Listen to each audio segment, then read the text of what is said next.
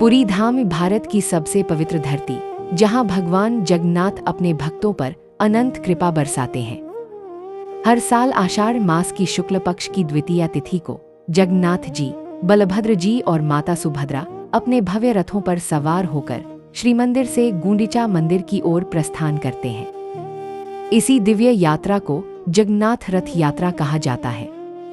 पुरी की ये यात्रा सिर्फ एक परंपरा नहीं, बल्कि करोड़ों भक्तों की आस्था और प्रेम का महापर्व है। रथों को खींचने के लिए लाखों श्रद्धालु उमड़ पड़ते हैं, क्योंकि मान्यता है कि रथ की रस्सी पकड़ने मात्र से ही जन्म जन्मांतर के पाप मिट जाते हैं और जीवन में सौभाग्य मिलता है। लेकिन क्या आप जानते हैं कि रथ यात्रा की तैयारियां महीनों पहले शुरू हो जाती हैं।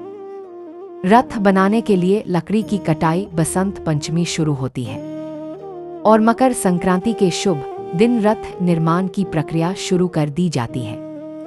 फिर ज्येष्ठ पूर्णिमा के दिन भगवान जगन्नाथ, बलभद्र और सुभद्रा स्नान यात्रा के लिए बाहर आते हैं, जहां उन्हें 108 स्वर्णिम कलशों से स्नान कराया जाता है।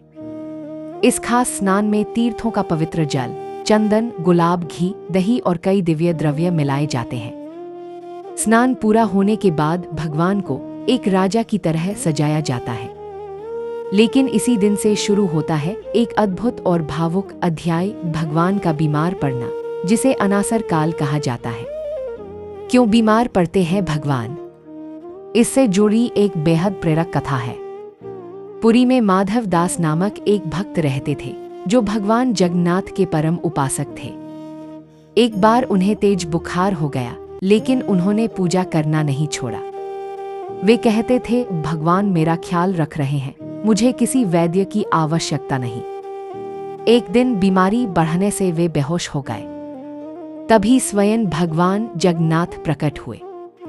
माधव दास के पास बैठकर उनकी सेवा करने लगे। जब भक्त होश में आए और उन्होंने भगवान को अपनी सेवा करते देखा, वे भावुक होकर बोले, प्रभु, आप मेरी सेवा क्यों कर रहे हैं? भगवान मुस्कुराए और बोले, मैं अपने भक्तों का साथ कभी नहीं छोड़ता। तुम्हारी बीमारी के 15 दिन बाकी हैं, वो मैं अपने ऊपर ले लेता हूं। उस दिन ज्येष्ठ पूर्णिमा थी। तभी से भगवान हर साल स्नान यात्रा के बाद 15 दिनों के लिए बीमार पड़ते हैं। इन्हीं दिनों को अनासर काल कहा जाता है। इन 15 दिनों में भगवान एकांतवास में रहते हैं और किसी भक्त को दर्शन नहीं देते। मंदिर में उनके स्थान पर विशेष चित्रों की पूजा की जाती है।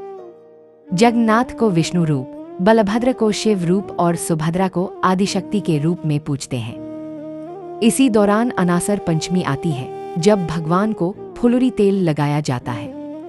यह खास तेल कपूर, चंदन, जड़ी बूटियों और सुगंधित फूलों से बनाया जाता है, ताकि भगवान अपने स्नान से हुए बुखार से शीघ्र स्वस्थ हो सके। 15 दिनों के बाद भगवान का नवजौबाना दर्शन होता है, जिसमें वे एकदम युवा, ताजे और नए रूप में प्रकट होते हैं। इसके अगले ही दिन धरती का सबसे बड़ा उत्सव जगन्नाथ रथ यात्रा शुरू होती है। तीनों देव अपने अपने भव्य रथों पर विराजते हैं। डोलनगारों की गूंज, हरिनाम संकीर्तन और भक्तों का सागर। हर तरफ बस जय जगन्नाथ की दिव्य ध्वनि सुनाई देती है। रथ खींचते लाखों हाथ, और उनमें छुपी होती है आस्था, प्रेम और भगवान से मिलने की अद्भुत लालसा।